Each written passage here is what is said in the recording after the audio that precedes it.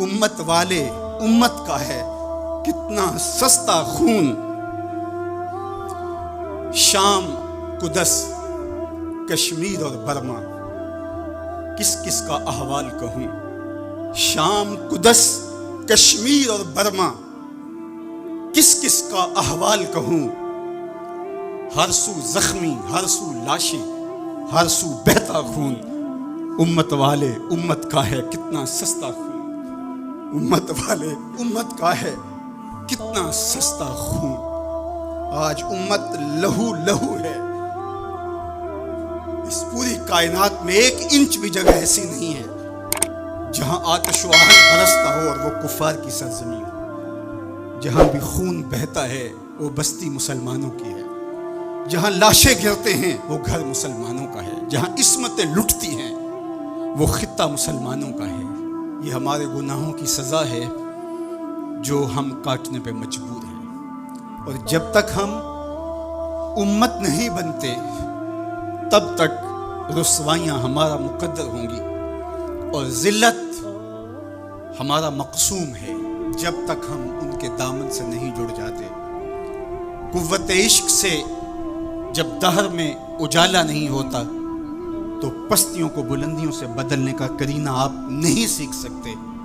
نام محمد کو تھام کر کے، امت کی وحدت کے تصور کو اجاگر کر کے، حضور کا پاکیزہ وجود جو امت کی وحدت کا ضامن ہے، اس سے بے لوث محبت کا رشتہ اور الفت کا ربط جب تک مضبوط نہیں ہوتا تب تک ہم ان مشکلات سے کبھی بھی نہیں نکل سکتے۔ 1000 فلسفے تراش لیں، 1000 منطقیں بگھار لیں، لیکن کوئی نتیجہ نہیں ہوگا۔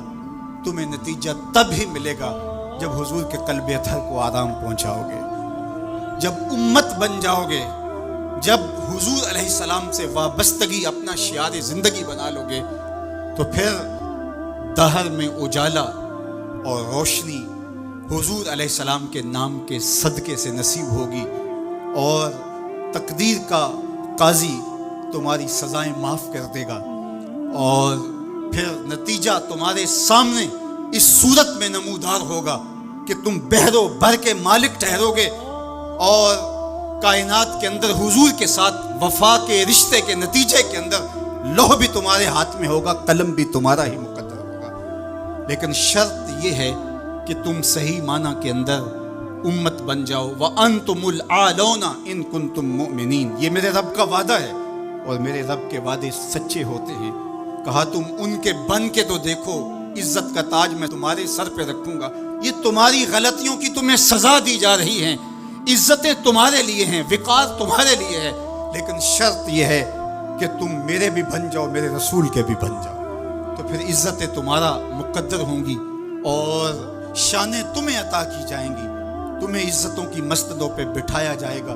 شکوے کی زبان کھلی تو لہجہ تلخ ہوا، اور اقبال بولا کہ صفائے دہر سے باطل کو مٹایا ہم نے، نوع انسانی کو غلامی سے چھڑایا ہم نے، تیرے کعبے کو جبینوں سے بسایا ہم نے، تیرے قرآن کو سینوں سے لگایا ہم نے، پھر بھی ہم سے گلہ ہے کہ وفادار نہیں، ہم وفادار نہیں، تو بھی تو دلدار نہیں۔ تو آواز آئی، صفائے دہر سے باطل کو مٹایا کس نے، نوع انسانی کو غلامی سے چھڑایا کس نے، میرے کعبے کو جبینوں سے بسایا کس نے، میرے قرآن کو سینوں سے لگایا کس نے، تھے تو آبا وہ تمہارے ہی مگر تم کیا ہو، ہاتھ پہ ہاتھ دھرے منتظر فردا ہو، ہر کوئی مست مئے ذوق تن آسانی ہے، تم مسلمان ہو یہ انداز مسلمانی ہے، حیدری فقر ہے نئے دولت عثمانی ہے، تم کو اسلاف سے کیا نسبت روحانی ہے، وہ معزز تھے زمانے میں مسلمان ہو کر، تم خار ہوئے تار کے قرآن ہو کر۔ جب تم میرے تھے تو خالد بن ولید کے پاس زہر کی شیشی لے کے پادری آتا ہے تو حضرت خالد بن ولید پکڑ کے خود اس کو پی جاتے ہیں، اور وہ منتظر ہوتا ہے کہ تھوڑی دیر کے بعد یہ گریں گے اور موت واقع ہوگی، لیکن معمولی پسینے کے بعد حضرت خالد بن ولید کھڑے ہو کے کہتے ہیں میرے رب نے موت نہ لکھی ہو تو موت نہیں آ سکتی، آؤ رب کا ڈر سینے میں پال لو، زمانہ تم سے ڈرنا سیکھ لے گا۔ ان کے ہو جاؤ زمانہ تمہارا ہو جائے گا. ان سے وابستگی اختیار کرو پھر زمانہ تمہاری نوکری کرے گا. پھر میں اقبال کے لہجے میں کہنا چاہوں گا کہ محمد سے وفا تو نے تو ہم تیرے ہیں. یہ جہاں چیز ہے کیا لوح و قلم تیرے ہیں. پھر کائنات تمہاری باج گزار ہوگی, تمہاری دہلیز کی لونڈی ہوگی, زمانہ تمہارا نوکر ہوگا. شرط یہ ہے تم امت بن کے دیکھو. تم نے امت بننا ہے, تم نے رسول اللہ کا غلام بننا ہے. تمہارا لب و لہجہ بتائے ہم حضور کی امتی ہیں, تمہارا طرز زندگی بتائے تم حضور کی امتی ہو, تمہارا کردار بتائے تم ترازو پہ کچھ تول رہے ہو تو لوگ دوسری طرف بھی منہ کر کے کھڑے ہو جائیں یہ غلط نہیں تول سکتا, یہ امت رسول ہے. تم بول رہے ہو, لوگوں کو یقین ہو کہ یہ جھوٹ نہیں بول سکتا, یہ رسول اللہ کا امتی ہے. تمہارا طرز زندگی بتائے میں امت رسول ہوں. تمہاری وحدت, تمہارا زور ہے, تمہاری طاقت ہے, تمہاری توانائی ہے. تو فرمایا وَكَذَلِكَ جَعَلْنَاكُمْ أُمَّةً, ہم نے تو امت بنایا تھا تمہیں, تم ٹکڑے ٹکڑے ہوئے, تم نے اپنے آپ کو بانٹ لیا, تم ایک دوسرے کا گریبان نوچنے لگے, تم ایک دوسرے کے جبے پھاڑنے لگے, تم ایک دوسرے کے لیے نفرتوں کے بیج بونے لگے. تمہاری زبانیں انگارے اگلنے لگی, تم چنگاریاں نکالنے لگے, تم ممبر و محراب کے تقدس کو پامال کرنے لگے, تم خواہشات کے غلام بن گئے, تم آرزوؤں کے نوکر بن گئے, تم اپنے نفس کی غلامی میں آ گئے. تم تو غلام تھے آمنہ کے لال کے, تم نے کب سے نفس کی غلامی اختیار کر لی, تم کب سے خواہش کے نوکر بن گئے, تم کب سے نفس کے بندے بن گئے. پھر تمہیں ذلیل نہ کیا جاتا تو اور تمہارا علاج کیا ہے؟ تقدیر کے قاضی کا یہ فتویٰ ہے ازل سے, ہے جرم ضعیفی کی سزا مرگ مفاجات. یہ تقدیر کا فیصلہ ہے. عبد القادر روحیلے نے جب ملک تیمور کو قید کر کے اس کی آنکھیں نوکے خنجر سے نکالی اور اس کی حرم کی بیٹی اور بہو کو بہنا ناچنے پہ مجبور کیا, لیکن ایک دم نہ جانے اس کو کیا خیال آیا, اس نے سارا اسلحہ اتار کے پھینک دیا اور چارپائی پہ لیٹ کے خراٹے لینے لگا, لیکن وہ بیٹیاں برابر ناچتی رہی. تو عبد القادر روحیلہ کھڑا ہوا اور اس نے کہا کہ میں ایک سپاہی ہوں اور اس حالت کے اندر اسلحہ اتار کے خراٹے لینے لگ جانا یہ ایک سپاہی کی شان کے لائق نہیں ہوتا. یہ میرا تکلف تھا, یہ میری بناوٹ تھی. مجھے خیال آ گیا کہ میں نے بہت زیادتی کی ہے اور میں یوں لیٹا. میرا خیال تھا کہ تیمور کی کوئی بیٹی میرے ہی خنجر سے میرا گلا چیر دے گی, لیکن اس کے باوجود تم برابر ناچتی رہی. حمیت نام تھا جس کا گئی تیمور کے گھر سے. اس نے کہا کہ اب میں حق بجانب ہوں جو میں نے آپ کے ساتھ کیا, اس لیے کہ میرے خنجر کو پڑا ہوا دیکھ کے اور مجھے خراٹے لیتے ہوئے دیکھنے کے باوجود بھی جب تم ناچ رہی ہو تو پھر میں نے غلط نہیں کیا. تمہارا علاج یہی تھا, جب ہماری بیٹیاں غیروں کے نرغے میں ہوں, جب ہمارے گلے چیرے جا رہے ہوں, جب شام اجڑ رہا ہو, جب برما میں آریوں کے ساتھ انسانی آزاد کاٹے جا رہے ہوں, جب بغداد کے اندر اس امت کی شہزادیاں بھیک مانگنے پہ مجبور ہوں, تو مجھے بتاؤ اس زمانے میں بھی ہم ایک دوسرے کے گریبان نوچیں گے؟ تو پھر جو ہمارے ساتھ ہو رہا ہے یہ ہماری سزا تھی. ہمیں امت بنایا گیا تھا, ہم نفس کے غلام بن گئے, ہم خواہشات کے نوکر بن گئے. تو میرے رب نے کہا وَكَذَلِكَ جَعَلْنَاكُمْ أُمَّةً. دوسری بات وسطا, تمہیں امت وسط بنایا. امت وسط اس کے 3 معنی امام قرطبی نے کیے ہیں, باعظمت امت, باکمال امت, اور تیسرا معنی معتدل امت. عظمت کے جس معراج پہ تمہیں بٹھایا تھا وہ کسی اور کا مقصود نہیں تھا. جعلت لی الارض مسجدا, پوری کائنات کو تمہارے لیے مسجد بنا دیا گیا, تمہیں یہ عزت دی. حضور نے فرمایا میں آخری نبی ہوں, وانتم آخر الامم, اور تم آخری امت ہو. پس خدا بر ما شریعت ختم کر, بر رسول ما رسالت ختم کر. ہمیں آخری امت بنایا گیا. کنتم خیر امت اخرجت للناس تامرون بالمعروف وتنہون عن المنکر.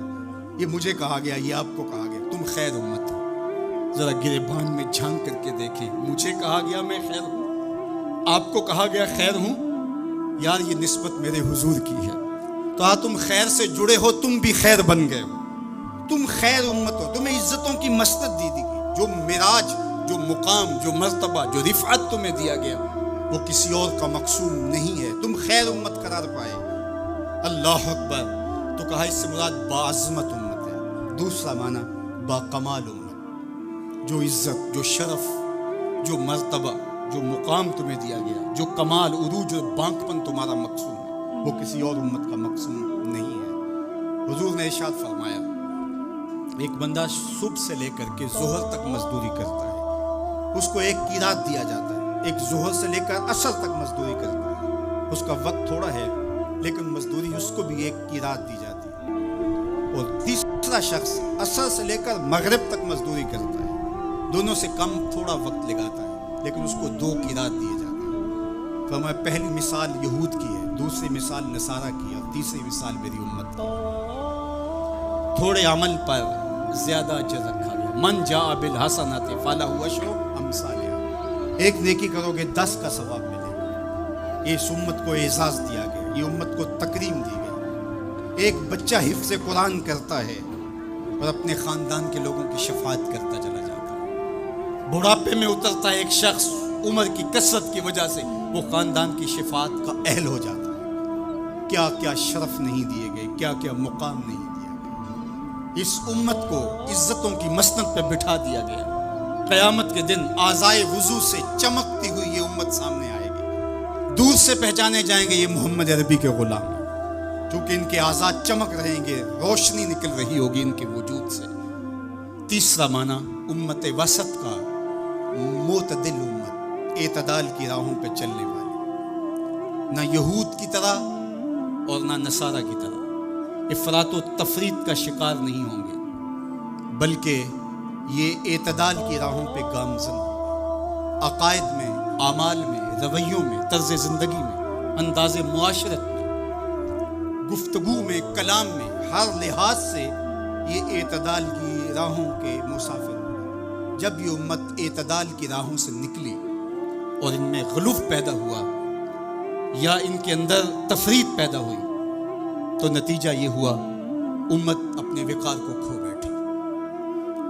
یہود نے شان الوہیت اور شان رسالت کے اندر تنقیص کر دی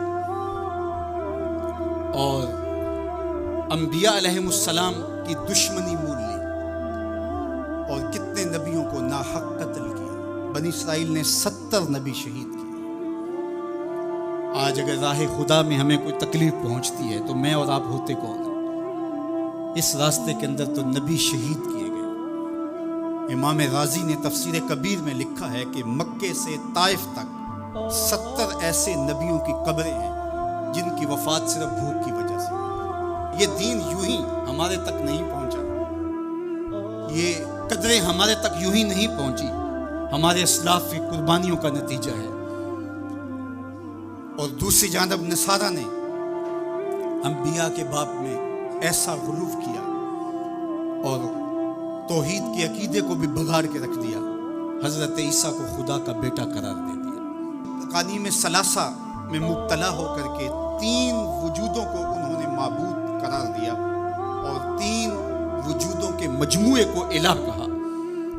افراط اور تفریط کی راہوں پہ گامزن ہونے والے گمراہیوں کا شکار ہوئے، لیکن مجھے میرے دین نے، میرے اسلام نے جو عقیدہ دیا وہ صراط مستقیم کا عقیدہ دیا۔ اور ہر روز ہر نمازی ہر نماز کی ہر رکعت میں اصالتاً یا وقالتاً یہ کہتا ہے اہدنا الصراط المستقیم۔ یہ اتنی ضرورت ہے ہماری کہ اللہ سے مستقیم راہ مانگے کہ چونکہ دونوں جانب لڑکنے کے اندیشے لمحہ لمحہ موجود ہیں، پھر اس کو اجالنے کے لیے آگے کہہ دیا کہ غیر المغضوب علیہم ولا الضالین، یعنی نہ تو گمراہوں کا راستہ اور نہ جن پر تیرا غضب ہوا ان کا راستہ، نہ افراط نہ تفریط کی راہ۔ مالک مجھے مستقیم راہوں کا مسافر رکھنا، سیدھی راہ پہ گامزن رکھنا، کیونکہ سیدھی راہ پہ گامزن ہونا ہی ہدایت کی علامت ہے۔ جب ترازو کے دونوں پلڑے برابر رہتے ہیں تو اس کو عدل کہتے ہیں، اسی سے اعتدال نکلا ہے۔ کوئی پلڑا جھکا نہیں تو عدل کا نظم خراب نہیں ہوا۔ تم لمحہ لمحہ عدل کی راہوں پہ گامزن رہو گے، اپنا محاسبہ کرتے رہو گے، اپنے عقائد کا محاسبہ کرتے رہو گے۔ تمہارے عقائد میں خرابی نہیں آنی چاہیے۔ تمہارے 3 بنیادی عقیدے ہیں، عقیدہ توحید، عقیدہ رسالت اور عقیدہ آخرت، ان عقیدوں میں کبھی بھی بگاڑ نہ آنے دینا۔ اللہ جل شانہ کی جو شانیں ہیں، اللہ کی جو عظمت ہے، وہ تمہارے رگ و ریشہ میں ہر وقت اس کا رعب اور اس کی خشیت موجود رہنی چاہیے۔ انبیاء علیہ السلام کی عظمتوں کے باوجود کہیں ایسا نہ ہو کہ تمہارے عقیدوں کے اندر خرابی آئے اور تم کہیں غلوف کا شکار ہو جاؤ، جس طرح کہ نصارہ نے کیا۔ اللہ کی شانیں، اللہ کی عظمتیں وراء الورا ہیں۔ اور پھر دوسری بات، کہیں ایسا نہ ہو کہ توحید کے نشے میں تم انبیاء کی تکثیر کرنے لگ جاؤ اور نبی کی شان تمہارے لیے تکلیف کا سبب بننے لگ جائیں۔ شاید اس سے توحید میں کوئی فرق آتا ہے۔ میاں توحید میں فرق نبی کی عظمت سے کیسے آئے گا؟ اس لیے کہ نبی کو عظمت دینے والا تو میرا رب ہی ہے۔ وَرَفَعْنَا لَكَ ذِكْرَكَ۔ اور پھر تیسری بات، عقیدہ آخرت۔ آخرت کا عقیدہ یہ ہے کہ ہم نے اس دنیا پر بیٹھ نہیں رہنا، بہرحال اللہ کی طرف سے جو اس کے علم میں متعین ہماری زندگی ہے، اس کو گزارنے کے بعد ہم نے یہاں سے رخصت ہونا ہے۔ وہ ہم جوانی میں چلے جائیں، ہم بڑھاپے میں چلے جائیں، یا ارذل العمر کے بعد ہم اس دنیا سے رخصت ہوں، یا بچپن میں چلے جائیں، یہ ہمارے علم میں نہیں ہے، یہ ہم سے مخفی رکھا گیا، یہ اللہ کی حکمت ہے۔ لیکن یہ طے شدہ ہے کہ ہم نے یہاں بیٹھ نہیں رہنا، اور جب یہاں سے جانا ہے تو ایک دوسرا جہاں ہمارے لیے منتظر ہے، اور وہاں ہم نے ایک ایک عمل کا حساب دینا ہے۔ ثم لتسألن یومئذ عن النعیم۔ اس دن ایک ایک عمل کے بارے میں پوچھا جائے گا۔ اللہ اگر چاہے تو ہم سے گرفت کر لے، اور اگر چاہے تو اپنے کرم سے معاف کر دے۔ اگر وہ معاف کرنا چاہے تو کوئی پوچھ نہیں سکتا کہ اتنا بڑا پاپی اور مجرم تھا، اسے معاف کیوں کیا گیا۔ اور اگر وہ گرفت کرنا چاہے تو کسی کو حق نہیں ہے کہ وہ یہ کہہ سکے کہ مجھے گرفت کیوں کی گئی۔ تو ایمان بیم و رجا کے درمیان ہے۔ الایمان بین الخوف والرجا، ایمان خوف اور امید کی درمیانی کیفیت میں ہے۔ ڈر بھی لگا رہے، دھڑکا بھی لگا رہے، اور امید کے چراغ بھی بجھنے نہ پائے۔ فضل دی آس ہے مینوں تے نالے ڈر بھی آندا ہے۔ فضل کی امید بھی رہے لیکن خوف بھی طاری رہے، پکڑا بھی جا سکتا ہوں، گرفت بھی ہو سکتی ہے، اس کی پکڑ بھی بڑی سخت ہے۔ ان بطش ربک لشدید، تیرے رب کی پکڑ بہت سخت ہے۔ جب وہ پکڑتا ہے تو پھر کوئی اس سے اپنے آپ کو چھڑوا نہیں سکتا۔ اللہ اکبر۔ تو اس کی پکڑ کا خوف بھی رہے لیکن وہ کریم بھی ہے، وہ معاف کرنا چاہے۔ ما یفعل اللہ بعذابکم، وہ تمہیں عذاب دے کے کیا کرے گا؟ اگر تم اس کا شکر کرنا سیکھ جاؤ تو وہ تو تمہارا رب ہے، وہ تمہیں عذاب دے کے کیا کرے گا؟ تو امید بھی روشن رہے اور خوف بھی طاری رہے۔ تمہید الایمان کے اندر شیخ عبدالحق محدث دہلوی علیہ رحمہ حضرت سیدنا عمر رضی اللہ تعالیٰ عنہ کا قول بیان کرتے ہیں کہ وہ فرماتے ہیں کہ اگر مجھے یہ پتہ چلے کہ سارے لوگ جنت میں جائیں گے، ایک شخص جہنمی ہوگا، تو میں ڈرتا ہوں کہیں وہ ایک میں ہی نہ ہو جاؤں۔ اور اگر مجھے یہ پتہ چلے کہ سارے لوگ جہنم میں جائیں گے اور ایک ہی جنت میں جائے گا، تو مجھے امید ہوگی شاید وہ ایک میں ہی ہو جاؤں۔